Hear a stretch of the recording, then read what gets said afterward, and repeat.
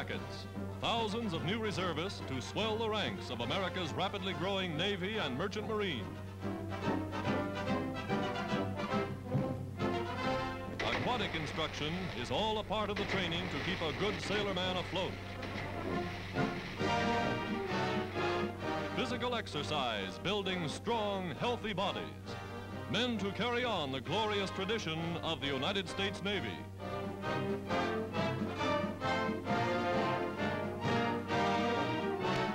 In summer whites, the school salutes men who have been promoted from the ranks.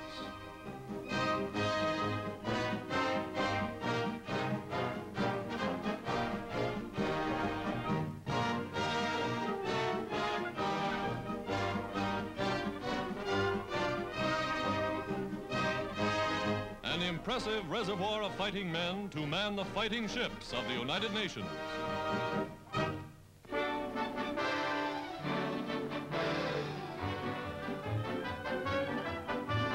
Surf bathing in Australia is quite a sport. It takes a hardy athlete to ride these waves.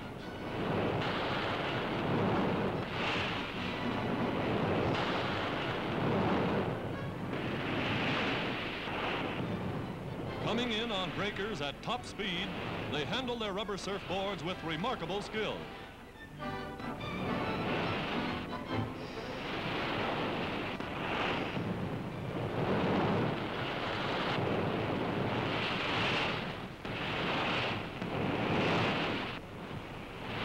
To win this aquatic contest, you have to ride the big ones, like this.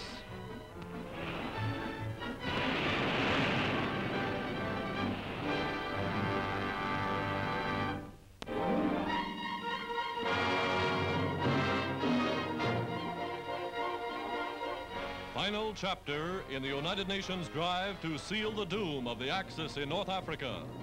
Americans of the 2nd Army Corps on the road to Bizerte. Armored brigades clearing a path for the infantry.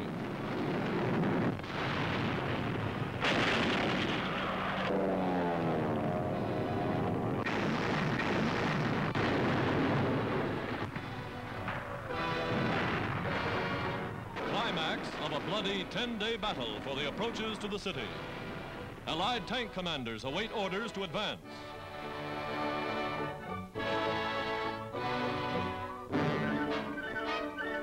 Wrecked German panzers are strewn like mileposts along the road of retreat. General Eisenhower, Allied Commander-in-Chief, inspects samples of Nazi ingenuity. Cunning booby traps designed to explode in the hands of unsuspecting soldiers. On the American right flank, the British 8th Army blasting their way to Tunis.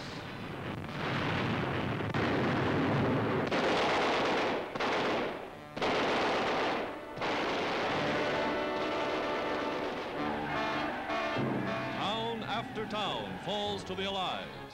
Eagerly, a liberated people destroy all reminders of the Nazi occupation. General Sir Bernard Montgomery, leader of the gallant 8th Army, is the man of the hour.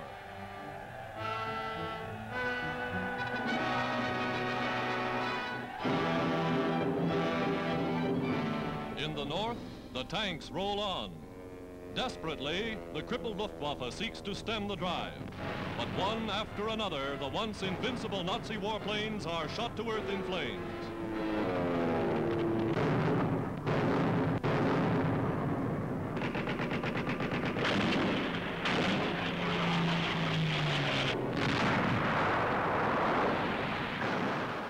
Across Lake Bizerte, U.S. artillery reduces the Nazi-held naval base.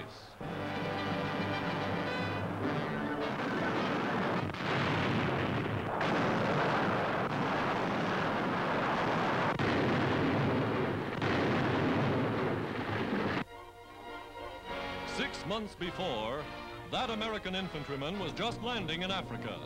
Now, with the help of fighting French and British allies, the advance guard of United States forces enters the outskirts of Bizerte.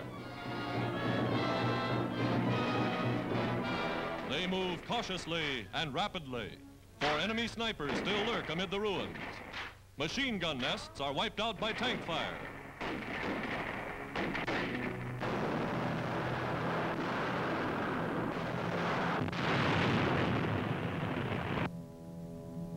Street by street, they searched the city, surprised to find no signs of the expected Nazi resistance.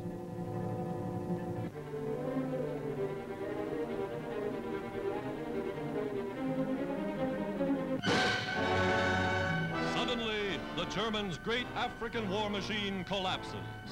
Nazi soldiers, driving their own trucks and bringing all their equipment, surrender without a fight.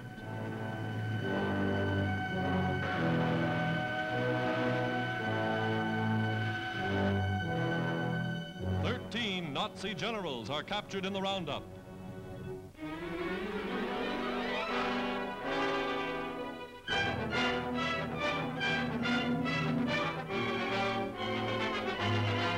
Prisoners flock to the rear by companies, by regiments, by entire divisions. In all, more than 175,000 surrendered to the Allies in 5 days.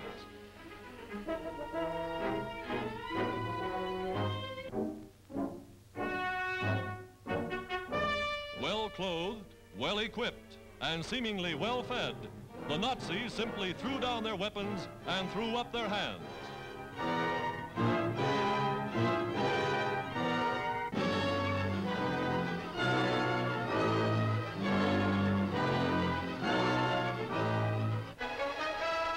Triumphal entry into Bizerte. Hysterically happy crowds hail the British, the French, the Americans as liberators. The faces of the people tell their own stories more eloquently than words.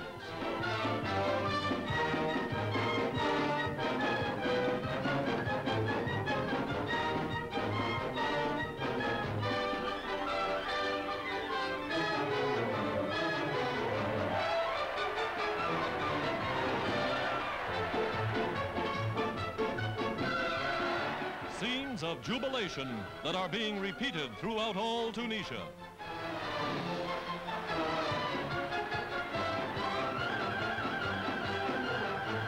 Springboard to the continent.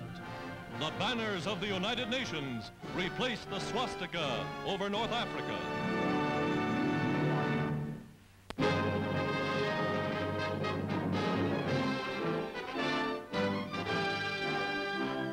In Washington, President Roosevelt and Prime Minister Churchill meet with the Pacific War Council to decide when and where the Allies will next strike.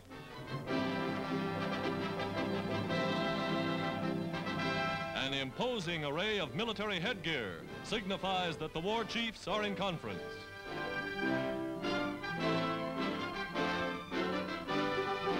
Here, the Allied High Command, with General Marshall, United States Chief of Staff, plans the strategy of global war. On the White House lawn, the Joint Command, British and American. Churchill, Lion of Britain. Roosevelt, man of destiny. Their terms to the Axis, unconditional surrender.